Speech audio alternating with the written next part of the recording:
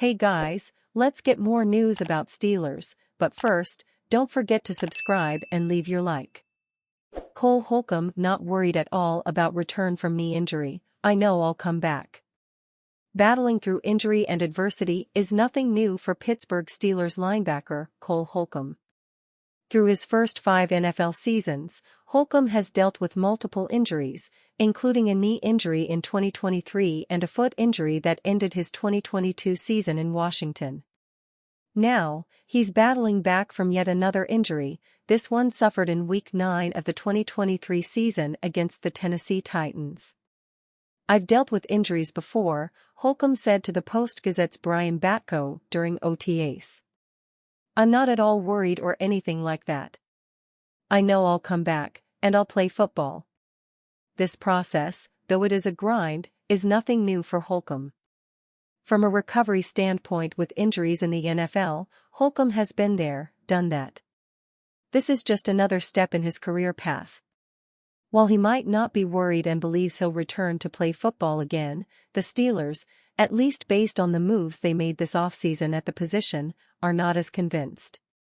At the 2024 NFL Scouting Combine in Indianapolis, GM Omar Khan didn't have an update on Holcomb, nor did head coach Mike Tomlin at the NFL owners' meetings in Orlando in March. Ultimately, the Steelers signed Patrick Queen to a 3-year deal in free agency, making a significant splash.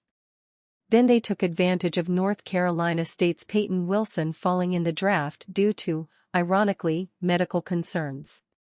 During organized team activities last week, Tomlin offered an update on Holcomb, stating to reporters that he is battling to get back and is doing well. Then Holcomb added an update of his own in his conversation with Batko, though he wouldn't put a time frame on his return. Getting Holcomb back to pair with Queen, Wilson and veteran Elandon Roberts would undoubtedly turn the Steelers' inside linebackers room into a strength not only defensively, but arguably the entire team. Queen is coming off a second-team All-Pro season in Baltimore. Roberts was outstanding in his first season with the Steelers while helping navigate the injuries the Steelers dealt with at the position, and prior to his injury, Holcomb was having a strong first season in the black and gold. Making the case for Russell Wilson. It's been a hectic couple of years for Russell Wilson. After the Denver Broncos acquired the star quarterback ahead of the 2022 season, things went downhill quickly. Denver's offense never got into gear, Wilson struggled, and first-year head coach Nathaniel Hackett was fired before the season was complete, joining the likes of Urban Meyer and Bobby Petrino as first-time NFL head coaches to not even complete one full season as a head coach. 2023 was better on the field for Wilson, but not behind the scenes. Denver benched Wilson late in the year to ensure that the $37 million they owed him didn't become guaranteed if he didn't pass a physical elsewhere after being released. Wilson himself said that the Broncos told him to either agree to adjust his salary or he would be benched. He didn't comply with their demands, so they played Jarrett Stidham instead. However, even while clashing with Sean Payton and Broncos higher-ups, Wilson threw 26 touchdown passes, 8th in the NFL, to just 8 interceptions. He was also number 8 in the NFL in passer rating and had 4 game-winning drives. Not only that, the Super Bowl champion did that in an offense that didn't necessarily match his style of play. Now, he is going into an offense that fits what he very does well, deep ball passing. Wilson was 4th in the NFL last season in competitions of 25 or more air yards, per Sports Info Solutions. He was also 3rd in yards and 4th in touchdowns on such passes. The Steelers will be running a lot of play-action passing under Arthur Smith, which also bodes well for Wilson and the long ball. The Falcons' offense actually did well on play-action deep balls last season. Desmond Ridder was 3rd in the NFL in completions of 20-plus air yards off play-action. Wilson was 7th in passing yards on passes of the same kind, and was 7th in passer rating amongst all quarterbacks with at least 10 pass attempts in a deep ball off play-action scenario. Wilson also led all quarterbacks in average depth of throw at 36.4 yards. What this means is that he was still incredibly efficient throwing deep, despite launching balls further than anyone in the league on a consistent basis.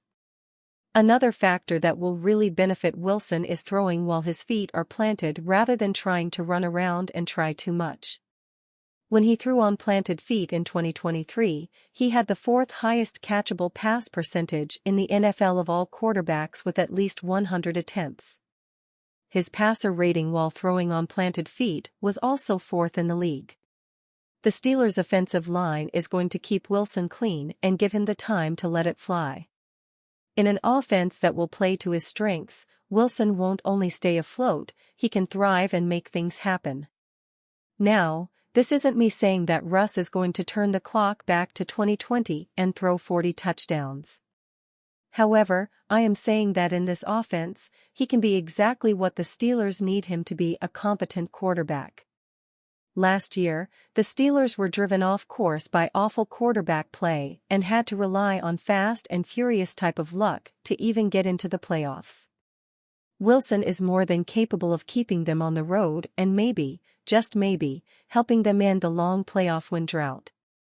Linked to Steelers at 18 draft and 22 free agency, CB Donte Jackson excited to finally join team. Donte Jackson hadn't experienced this kind of anticipation for almost a decade, dating to when he was embarking on his college career as one of the nation's highest-rated five-star recruits. "I almost feel like giddy," Jackson said last week after his first full squad organized activities session with the Pittsburgh Steelers. "I feel giddy like how I was going into LSU, just knowing the standard was already set at that program. You know what you had to come in there to do, because it's been like this for years. And that's kind of how I felt coming here.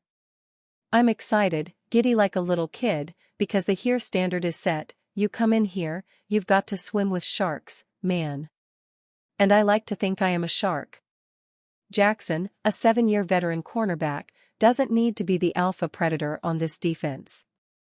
Acquired in March in exchange for receiver Deontay Johnson in a rare player-for-player NFL trade, Jackson only needs to be a reliable, complementary piece on a unit that features a few Hall of Fame caliber players as well as an established number one at his position in second-year cornerback Joey Porter Jr. Jackson, 28, has 80 career NFL games, 76 starts and 4,284 defensive snaps, all with Carolina, since he entered the league as a second-round pick in 2018.